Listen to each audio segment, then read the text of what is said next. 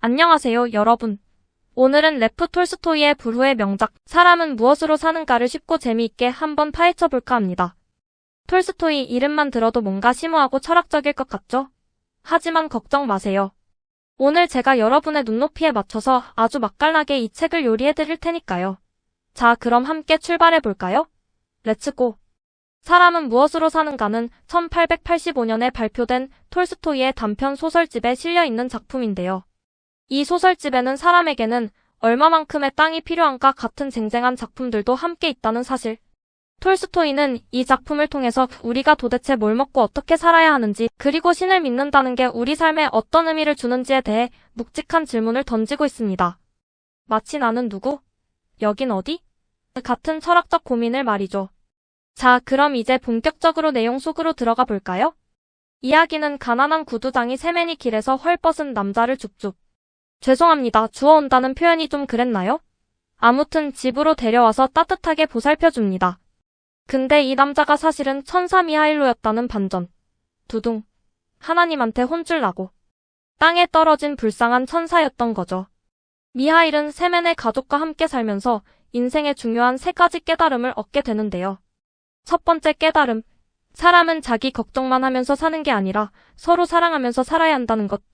찡긋 두 번째 깨달음. 우리한테 진짜 필요한 게 뭔지는 우리가 뭘 가지고 있는지에서 찾을 수 있다는 것. 마지막 세 번째 깨달음. 사람은 혼자서는 절대 살 수 없다는 것. 결국 우리는 함께 어울려 살아야 한다는 거죠.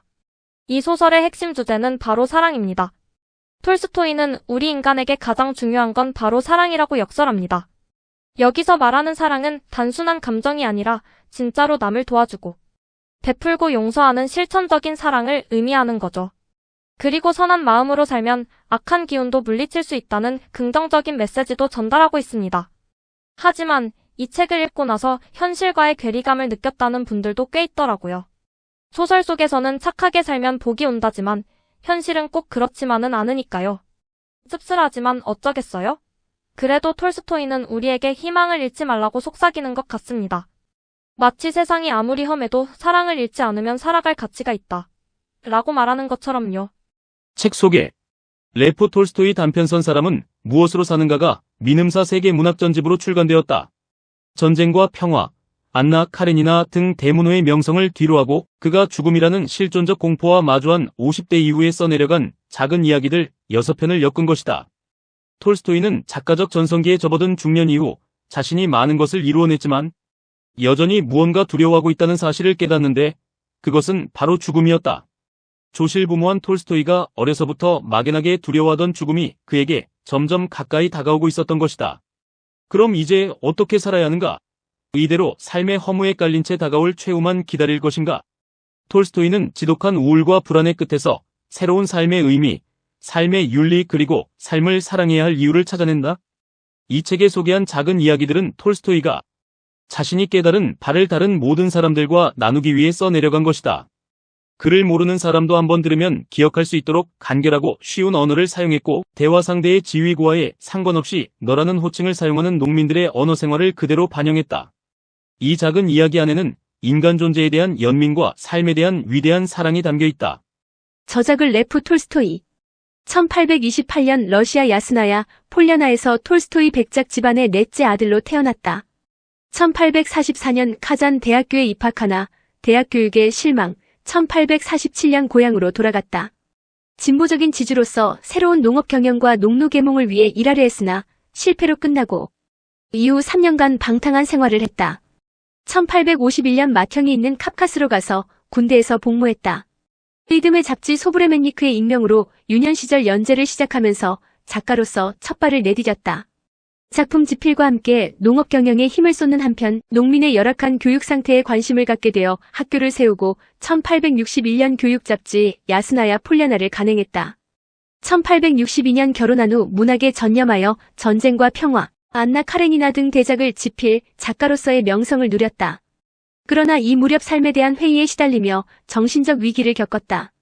그리하여 1880년 이후 원시 기독교 사상에 몰두하면서 사유재산 제도와 러시아 정교의 비판을 가하고 교리신학 비판, 고백록 등을 통해 톨스토이즘이라 불리는 자신의 사상을 체계화했다.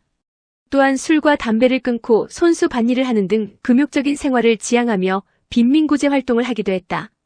민중이 쉽게 읽을 수 있도록 민담 22편을 썼는데 그 중에서도 인간에게 많은 땅이 필요한가는 소설가 제임스 조이스가 문학사에서 가장 위대한 이야기로 꼽기도 했다. 1899년 종교적인 전향 이후에 대표작 부활을 완성했다.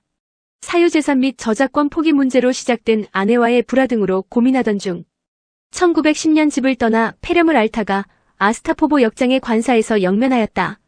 번역 연진이 노어학자 노문학자 번역가 통역사 러시아어 연세대학교 노어노문학과를 졸업하고 같은 대학원에서 석사과정을 수료했다. 옮긴 책으로 아버지와 자식, 전쟁과 평화, 안나 카레니나, 부활, 러시아 단편집, 검은 말, 마지막 목격자들 등이 있다. 2021년 농민신문 신춘문예에 단편 소설 기차여행이 당선됐고 2023년 소설 전문지 한국소설에서 주관하는 제74회 한국소설신인상에 중편 소설 사육의 목적이 당선됐다. 목차. 사람은 무엇으로 사는가? 바보 2반, 그의 두 형인 군인 세면과 배불뚝이 타라스, 벙어리 여동생 말라니아, 그리고 늙은 악령과 새 작은 악마에 대한 이야기. 홀스토메르 어느 말의 이야기. 인간에게 많은 땅이 필요한가? 주인과 일꾼. 항아리 알료샤. 작품 해설. 책 소개합니다. 그래서 구두장이는 계속 갔다. 예배당을 지나쳤다. 남자는 더 이상 보이지 않았다. 예배당을 지나치고 나서 뒤를 돌아보니 남자가 예배당에서 몸을 떼고 이쪽을 살펴보기라도 하듯 꿈지럭거리는 게 보인다. 구두장이는 한층 더 겁을 내며 속으로 생각한다. 가까이 가볼까 아니면 그냥 지나칠까? 가까이 갔다가 나쁜 일을 겪지는 않을까? 저 남자가 어떤 사람인지 누가 알겠어? 좋은 일로 이런 데 온 건 아닐 테지. 가까이 가면 벌떡 일어나 목을 조를지도 몰라. 그러면 도망갈 수도 없어. 목이 졸리지 않는다 해도 저 남자한테 말려들 게 분명해. 저 남자한테, 저 벌거숭이에게 내가 뭘 해줄 수 있겠어? 내 마지막 남은 옷을 벗어서 줄 수는 없잖아. 하느님, 날 이곳에서 벗어나게만 해주시오. 가서 산모의 몸에서 영혼을 꺼내오고 세 가지 말을 깨닫도록 해라. 사람들 안에 무엇이 있는지, 사람들에게 무엇이 주어지지 않았는지, 사람들이 무엇으로 사는지 깨달아라. 세 가지 말을 깨달으면 천국으로 돌아오게 될 것이다. 저기 봐라. 그가 말한다. 세 형제가 산다. 군인 세면, 배불뚝이 타라스, 바보 2반이라고 한다. 그들이 서로 다투어야 하는데 평화롭게 살고 있다. 서로 사이좋게 환대하면서 말이지. 바보가 내 일을 전부 망쳐놨다. 너희 셋이 가서 세 형제들을 맡아 서로 누나를 찢도록 분란을 일으켜라. 그렇게 할 수 있겠나? 당신들이 바보니까 그렇지. 그가 말한다. 내가 당신들에게 머리로 일하는 법을 가르쳐 줄게. 그러면 당신들도 손보다 머리로 일하는 게 더 유리하다는 걸 알게 될 거야. 다만 그의 왕국에는 한 가지 관습이 있다. 두 손에 굳은 살이 있는 사람은 식사 자리에 낄 수 있고 굳은 살이 없는 사람은 남들이 먹다 남은 것을 먹어야 한다. 당당한 노년이 있고 추한 노년이 있고 불쌍한 노년이 있다. 추하면서도 당당한 노년도 있다. 얼룩이 거세마의 노년이 바로 그랬다. 사람은 나의 집이라고 말하지만 결코 그 안에서 살지 않고 그저 건물의 건축과 유지에만 신경 쓴다. 상인은 나의 상점이라고 말한다. 예를 들어 나의 포목점이라고 한다고 치자. 그런데 그에게는 상점의 최고급 양복감으로 지은 옷이 없다. 땅을 자기 것이라고 말하는 사람들이 있다. 하지만 그들은 결코 그 땅을 보지도 않고 그 위에서 걷지도 않는다. 다른 사람들을 자기 것이라고 말하는 사람들이 있다. 하지만 그들은 이 사람들을 결코 보지 않는다. 그들과 이 사람들의 관계라고 해봤자 그들이 이 사람들에게 나쁜 짓을 하는 게 전부다. 언니가 여동생을 만나러 도시에서 시골로 찾아왔다. 상인과 결혼한 언니는 도시에서 살았고 농부와 결혼한 동생은 시골에서 살았다. 자매는 차를 마시며 이야기를 나눈다. 언니가 우쭐대기 시작했다. 자신의 도시 생활을 찬양하기 시작한 것이다. 자신이 도시에서 얼마나 자유롭고 깨끗하게 생활하는지, 자신이 아이들에게 얼마나 좋은 옷을 입히는지, 자신이 얼마나 맛있는 것을 먹고 마시는지, 자신이 어떻게 보트나 썰매나 마차로 소풍을 다니고 극장에 다니는지 말이다. 인간에게 많은 땅이 필요한가? 135쪽. 우리는 하루 단위로 팔아. 당신이 하루 동안 걸어다닌 만큼이 당신 땅이야. 하루치의 값은 1000루블이고 파움은 깜짝 놀랐다. 하지만 하루 동안 돌아다니면 그가 말한다. 땅의 면적이 상당할 텐데요. 촌장이 웃음을 터뜨렸다. 전부 당신 거야. 그가 말한다. 한 가지 조건이 있어. 하루 안에 당신이 출발한 장소로 돌아오지 못하면 당신의 돈은 없어져. 일 때문에 안 돼, 형제. 바실리 안드레이치가 말했다. 1시간을 놓치면 1년으로도 메꿀 수 없어. 그는 숲과 그에게서 이 거래를 가로챌지 모를 상인들을 떠올리며 덧붙여 말했다. 정말 우리가 그곳까지 갈 수 있을까? 그가 니키타에게 말했다. 또 길을 잃지만 않으면. 그가 우울하게 말했다. 알료샤는 1년 6개월을 그렇게 살았다. 그리고 두 번째 해 하반기에 접어든 그때 그의 인생에서 가장 이상한 사건이 일어났다. 그 사건이란 그가 사람들 사이에 서로의 필요 때문에 생기는 관계 외에도 대단히 특별한 관계가 있다는 사실, 즉 부츠를 손질하거나 장에서 산 물건을 나르거나 말을 마차에 매기 위해 사람이 필요한 관계가 아니라 어떤 용무 없이도 돌봐주고 애정을 쏟기 위해 사람이 필요한 관계도 있다는 사실, 그리고 알료샤 자신이 다름 아닌 그런 사람이 되는 경우도 있다는 사실을 놀라움 속에서 알게 된 것이다. 출판사 서평. 길 잃은 데모노가 찾은 삶의 안내서. 전쟁과 평화, 안나 카레니나를 연이어 발표하며 작가로서 정점에 올랐던 레프 톨스토이. 그는 본래 자기 완성을 목표로 삼아 교양소설의 주인공처럼 계속 성장하기를 꿈꾸었다. 하지만 40대 후반, 그는 자신의 육신이 성장이 아닌 쇠락과 고통과 피할 길 없는 소멸로 향하고 있음을 문득 자각한다. 어려서 부모를 여의고 전투에서의 수많은 죽음을 목도했던 그에게 죽음은 막연한 관찰 대상이 아니라 자신을 삼키려 다가오는 실존적 공포가 되었다. 1875년 47에 그는 친구에게 보낸 편지의 죽음 외에는 눈앞에 아무것도 보이지 않습니다. 라고 고백한다. 성공한 데모노이자 행복한 가정의 가장이었던 그가 마주한 것은 인생이란 무의미하다는 심연 그 자체였고 급기야 극단적인 생각까지 하기에 이르렀다.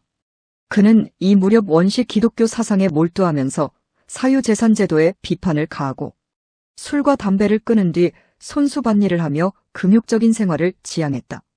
또 토지 대금을 내지 못해 몰락하는 농민들을 돕고 대육년의 무료 급식소를 세웠으며 황제 암살범의 처형을 막기 위한 탄원 활동을 벌이는 등 귀족적인 삶을 벌이고 적극적으로 사회활동에 헌신한다.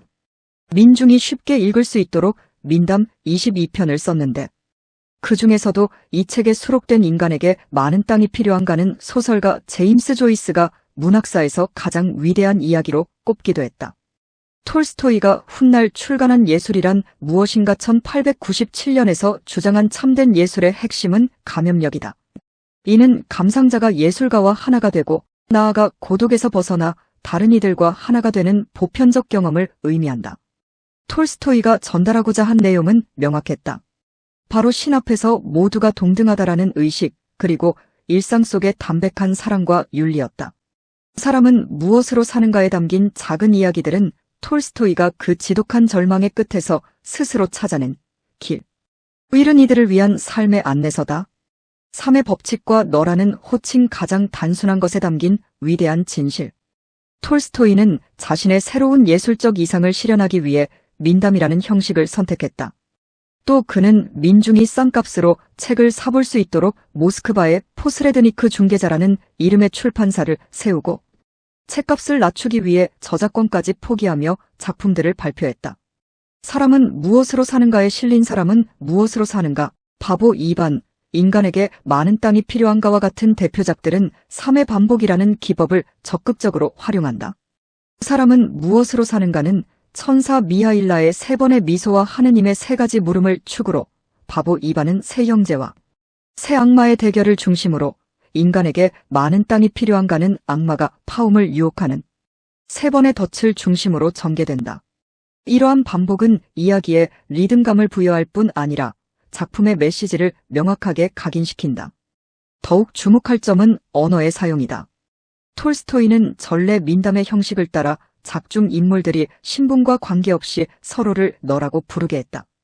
평민이 왕에게, 천사가 신에게 너라고 말하는 이 세계에서 모든 인간은 계급을 초월해 동등한 존재로 그려진다. 물론 톨스토이는 말년까지 예술가로서의 미학적 실험도 게을리하지 않았다.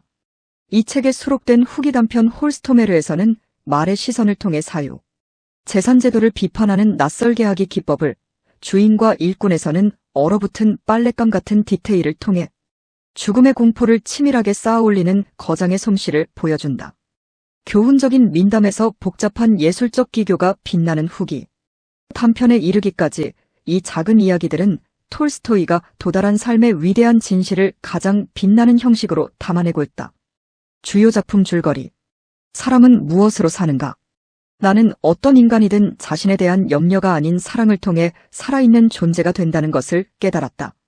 가난한 구두장이 세면은 겨울밤 벌거벗은 남자 미하일라를 발견하고 집으로 데려와 구두 짓는 일로 생계를 잇게 해준다. 이 수수께끼 같은 남자는 이 집에 온 첫날부터 6해 동안 단 3번 미소를 짓는다. 그리고 3번째 미소를 지은 날 스스로를 천사라고 밝힌 미하일라는 자신이 추방되었으며 하느님이 자신에게 3가지 물음에 대한 답을 깨달으면 다시 천국으로 불러들이겠다고 한 사연을 들려준다. 사람 안에 무엇이 있는가? 사람에게 무엇이 주어지지 않았는가? 사람은 무엇으로 사는가? 단 3가지 질문으로 삶의 진실을 개괄하는 이야기가 짧지만 묵직하게 다가온다. 인간에게 많은 땅이 필요한가? 싸워보자. 너에게 많은 땅을 주마. 땅으로 너를 손에 넣고 말겠다. 검소하고 성실한 농부 파움이 악마의 꿰매 빠지는 과정을 그렸다. 파움은 땅만 충분하다면 악마조차 두렵지 않을 텐데 라고 혼잣말을 했다가 악마의 마음속에 땅으로 그를 손에 넣고 말겠다는 욕망을 심어주게 된다. 악마는 남의 땅에서 농사짓던 파움에게 땅을 소유하는 행운을 쥐어주며 잠들어 있던 그의 욕망을 부추긴다. 과연 파움은 자기를 잃지 않으면서 더 넓은 땅을 손에 넣을 수 있을까? 주인과 일꾼. 그것은 진짜 눈이었다. 그의 얼굴을 찰싹찰싹 때리고 그의 위에서 떨어지고 그의 오른손을 차갑게 하는 눈이었다. 부유한 상인이자 지주인 바실리 안드레이치는 중요한 거래를 성사시키기 위해 눈보라가 치는 날 썰매를 타고 길을 떠난다. 아내의 걱정 때문에 일꾼인 니키타와 동행하지만 그의 머릿속은 온통 거래와 돈 문제로 가득 차 있다.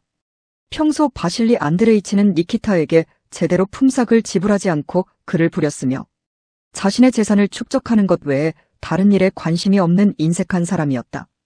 그런데 혹독한 눈보라가 몰아치면서 두 사람은 길을 잃고 상황은 점점 절망적으로 흘러간다.